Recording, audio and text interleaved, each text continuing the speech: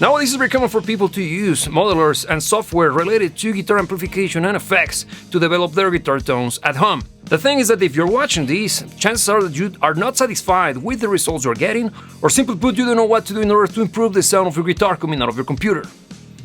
No, it has nothing to do with the guitar modeler that you're using or the plugins that you are using. It's mostly problems related with the way you are recording your guitar. So in this video, I'm going to show you all of those 3 major mistakes. So let's begin the first one. We have to understand that our guitar tone is developed through the use of a series of elements that are part of the whole guitar chain. The first one is going to be our interface, and that interface has a gain knob that controls the input of your guitar coming in. So let me begin with that. First, we gotta understand that the sound produced by our guitar is actually coming out of our pickups, which its output will be the result of its design. And since we're using our computer to produce the sound, we will have to convert that analog signal into digital information. That's when our audio interface will come into play. Most modern interfaces will come with a number of inputs, usually known as preamps. And as the name implies, they're used to amplify the signal before it's been processed, in this case digitized. And it's in here when it gets dicey. They're usually expecting the signal coming out of a microphone or a line level instrument, like a synthesizer. But there is another kind of signal, which is instrument level, which is the one produced by our guitar or bass, and it differentiates itself by having a higher impedance level. So the first thing you gotta do is make sure that the input of your interface is set to high C, which is the one that is designed for high impedance instruments. By doing this, we make sure that our recording is gonna be faithful to what our guitar is producing. The next step is making sure that our recording is providing the software we're gonna use to create the sound of our guitar with the right amount of information. We'll do that by setting the gain stage correctly on our interface. Imagine the gain knob on your interface as the one that controls the resolution of the image that is captured from your sound. The higher it goes, the higher the resolution. But we gotta be mindful that if we overdo it, we can produce clipping, which is digital distortion, which sounds terrible. This is extremely important because regardless of the software we use, we gotta keep in mind that it was designed under the auspices of it receiving the right kind of signal. So the way to make sure that you're recording your guitar correctly is quite easy. Just plug your guitar into your interface and strum it and hit it as hard as you will while playing, and set the gain on your interface as high as you can before it clips. They usually have some form of way to let you know that you're clipping. Just be mindful that not all interfaces are made equal, and it's very common for manufacturers to cut corners when it comes to the high C inputs. So if you're in doubt, the way to make your recordings bulletproof is by using a DI box in the way in between the guitar and the interface. These devices are capable of transforming the output of your guitar from instrument level to line level, allowing your guitar to be seen correctly regardless of the input on your interface. By doing this, the only thing you gotta make sure of is that you set the input of your interface to be expecting line level signal, and from there, it's simply a matter of setting the gain stage correctly, the same as you did before.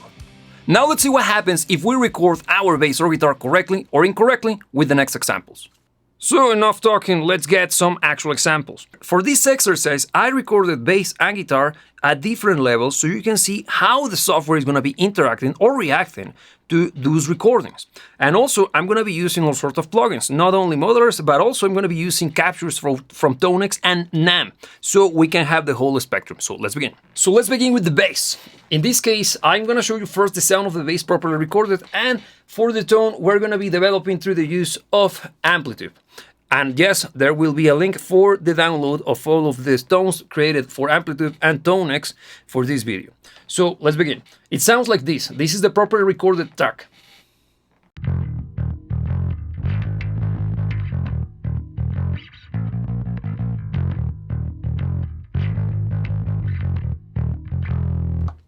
As you can hear, there is a little bit of distortion, but it's because I am actually using the Sans amp, or equivalent to it, over here to add that dirt using the blend and the drive, because this is a rock track.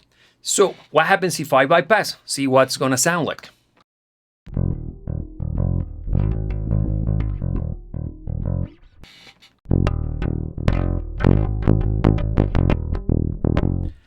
You can hear it, right? It's super obvious. The clipping is happening, and that's because the converter, it's actually chopping off the moments of high intensity. And you can imagine that that's already producing digital distortion, which sounds awful.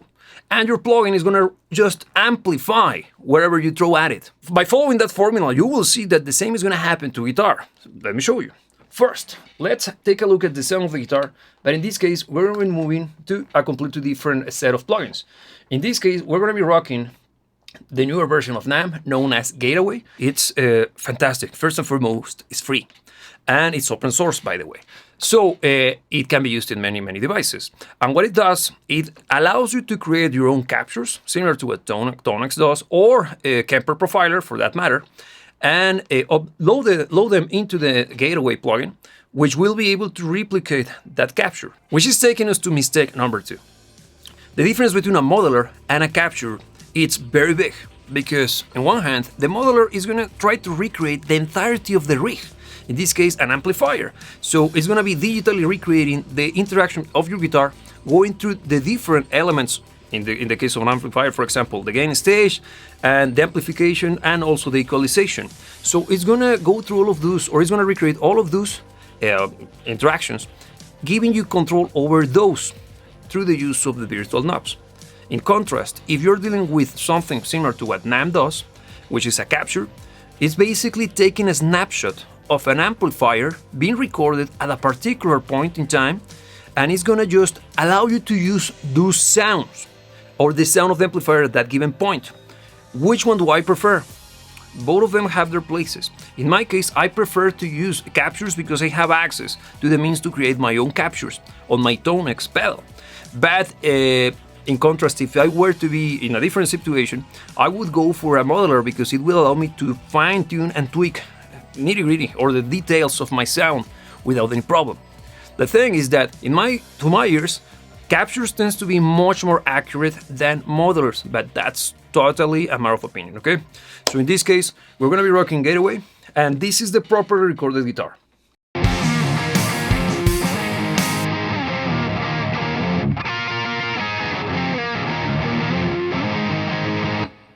If we take a look at the waveform, you can see that when compared to the super hot take, we got a very big difference. Now let's listen to the sound of the hot take and then we can compare it, because I also will show you how the same parameters will react to a very weak guitar signal that you can see on top. First, let's listen to the hot one.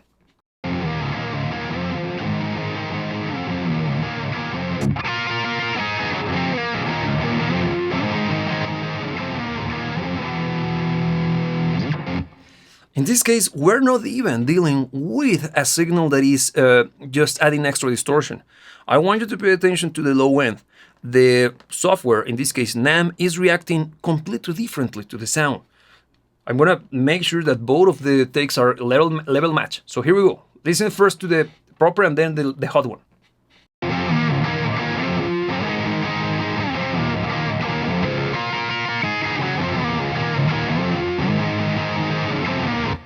It's more compressed, is less controlled, the distortion is going wild, and also has plenty of extra low end that makes the guitar tone to sound super mushy.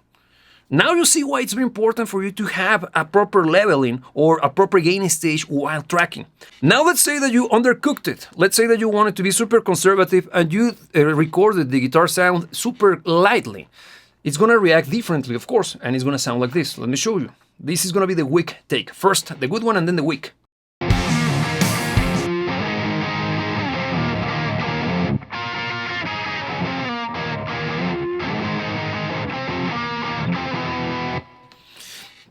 Super anemic sounding. It doesn't have punch. The distortion is there, but it's not giving us the shocks that we would expect for something like this. And it's very underwhelming. That's what's gonna happen to you if you record your guitar super quietly. Now, let's move over to a modeler. In this case, we're gonna be rocking a completely different sound. In this case, we're gonna be using Ruby by Universal Audio, which is recreating in a beautiful way the sound of AC30. Beautiful sounding amplifiers. For this exercise, I'm going to be actually using not only the sound of Ruby, but I'm going to be also adding effects to the sound of my guitar tone after the plugin that will create the guitar tone. So in this case, the first one is going to be Triceratops Chorus by Eventide, which is a fantastic sounding tri-chorus that I love. It's very 80s sounding and it's very nice sounding as well. And it's going to be followed by the sound of Quantec Room Simulator, a fantastic reverb that is part of Logic Pro. It sounds like this.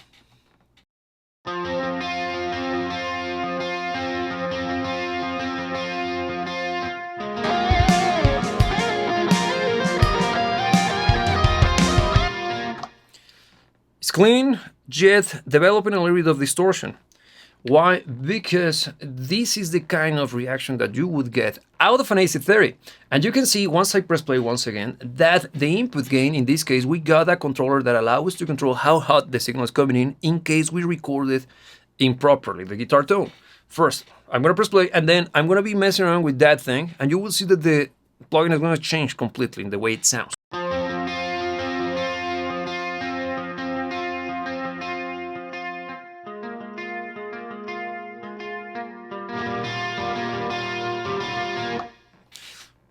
It works, because that would be the case if you happen to have a proper or the best take possible, but you want to experiment with the way that your amplifier, in this case the modeler, is reacting. That's one of the things that modelers have to offer, since you have plenty of control over what's going on under the hood. You can get much more versatility out of it. Now, see what happens if I go for the same guitar take, but super hot.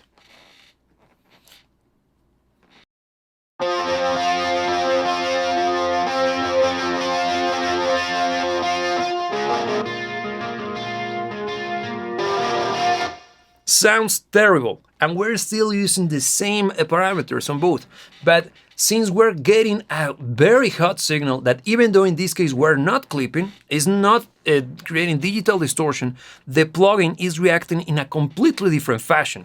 And you can see that we will have little to no control over it because it's way too hot already in the way in. Pay attention to the input.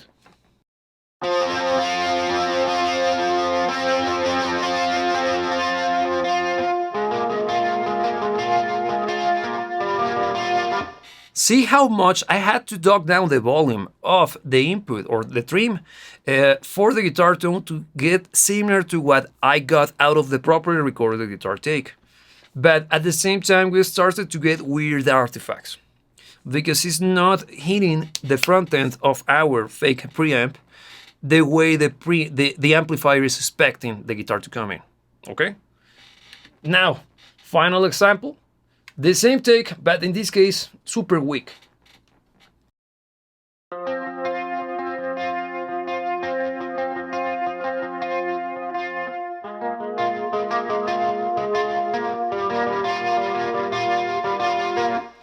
In this case, I had to push it in order to get that slight distortion that I liked from my properly recorded take. And still, the same happened. We got some form of artifacts that are not part of the sound of my amplifier, and when compared to the proper one, you'll see what I mean with this.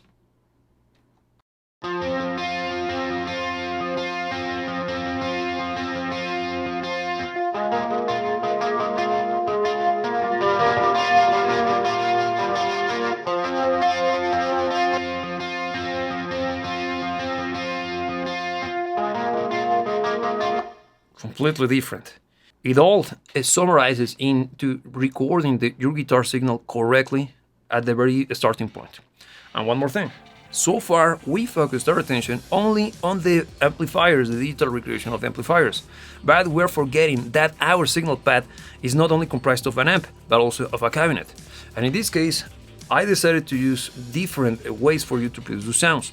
First, let's take a look at our heavy guitars once again, the ones that I produced using a NAM, the free option. And in this case, you will see that we're actually using not only the Gateway plugin, but also we're using IRDX Studio, which happens to be a fantastic IR loader. What on earth is an IR, you might be asking?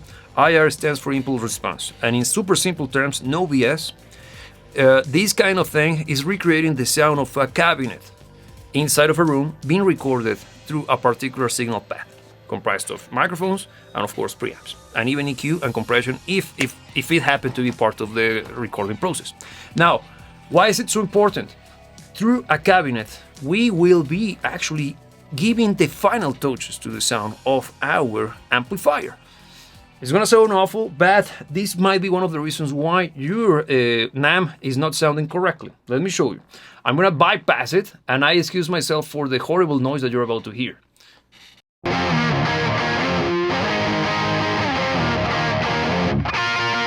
Super harsh, kinda unruly, and awful sounding. But if I turn on the IR,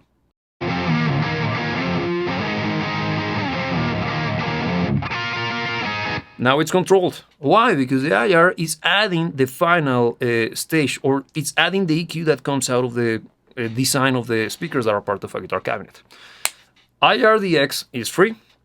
They have a paid version. I happen to own the paid version. Do I recommend you to get the paid version? Yes, I do. Why? Because it comes with this. This section over here is adding or simulating the movement of the speaker while the guitar is played through that cabinet. So check this out.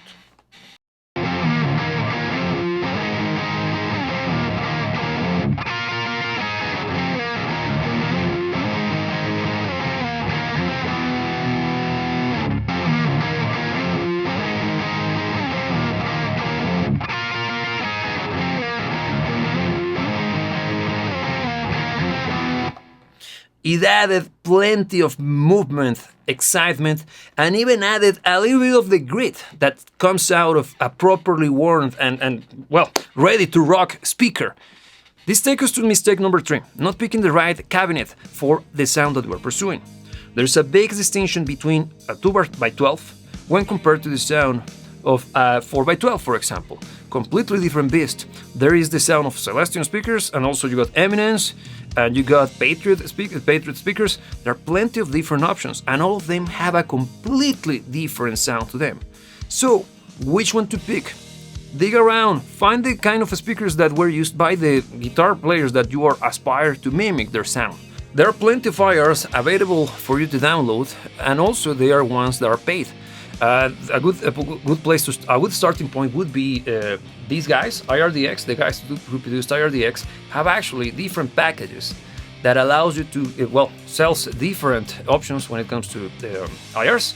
This video is not sponsored by Wagner Audio by any means, but I can attest to the quality of the ones that they have produced, because if IRDX comes with some actual free ones that sounds very good. For this example, we actually used the free IRs that comes with this guy. But also you can go to Hammer. That's a very popular site for you to get IRs. But in certain software, for example Ruby, you will have the entire package already loaded in. It's going to come with the modeler and also with some form of IR solution in the form of the cabinet simulation.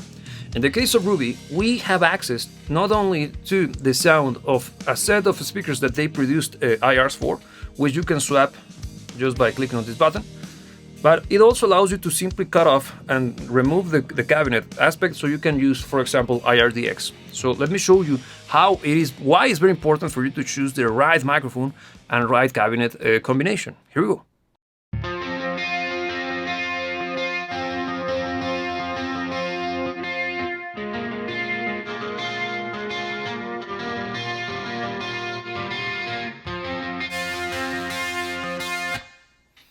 Very different, right? And one more thing, you can tell that it also comes with this room area. This is one of the things that I like quite a lot about the modelers produced by Universal Audio. You have access to a built-in, it's not a reverb, it's actually a room microphone that is part of the cabinet simulation thing, and it allows you to add more realism to the sound of your guitar. Let me show you. I'm gonna take it all the way down, and I will be adding this little by little.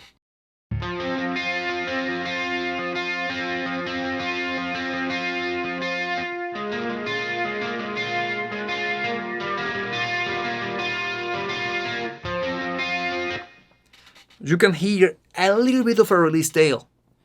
That's how you can create a good sounding guitar tone. Thanks for watching. So there you got it. This was kind of a long one, but believe me when I tell you, if you follow through all of the different recommendations from this video, I can assure you that regardless of the software you use, you're gonna get fantastic guitar tones out of the box. If you wanna support this channel, the best way to do it is by subscribing, of course, because that way you can get more content like this delivered to you every week. And also, well, by leaving a like, leaving a question if you happen to have one in the comment section down below, and of course, ringing the notification bell. With that being said, thank you for watching, thank you for joining, and as with every single time that I meet you, I gotta remind you that you should never let anybody tell you what to dream about, and remember that I'll see you when I see you.